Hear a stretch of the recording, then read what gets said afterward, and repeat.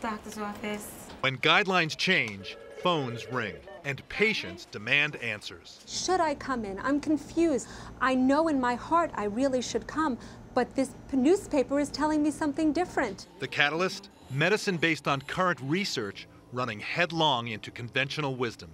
I was appalled. Shocked. Absolutely shocked. While some are shocked over changes in 2 cancer screening guidelines this week, it should be no surprise. A recent review found that, on average, medical advice changes every 5.5 years because of new evidence. But especially with cancer, many are reluctant to trust guidelines over their own common sense. We've been taught to think that the earlier and the more often we get screened, the safer we will be. And now somebody's saying that may not be true. And that's just incredibly scary. What is true is that medicine is constantly changing. In 2002, doctors found hormone replacement therapy for women increases the risk of heart attack and breast cancer.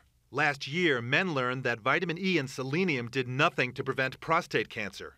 And now there are even questions about the benefit of aspirin in preventing heart attacks and strokes. What people don't really understand are these are population-based guidelines. Not everyone has to follow them. Doctors will be making individual decisions about individual patients.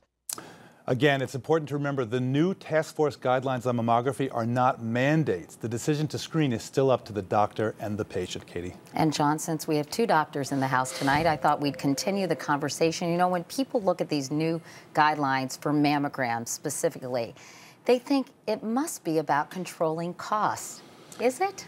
Katie, partially? Well, the vice chair of the task force that came up with the new guidelines on mammography told us that cost was absolutely not part of their conversation. But cost should be part of the national conversation about where we should be spending our money about these screening tests. Not do you spend the dollar, but where do you spend it most wisely? And Jennifer, I know you have some concerns about the fallout from these specific recommendations, actually both of them that came out this week. Right, because it's important to remember, Katie, for most women, one of the main reasons they would see their gynecologist every year was to have a pap smear and or get a prescription for a mammogram. And I think now there's a concern that they'll come much less often, or even worse, not at all. So the bottom line is talk to your doctor. And don't let this be an excuse not to see your doctor in the first place. All right, good point. Jon LaPook, Jennifer Ashton, doctors, both of you, thank you so much.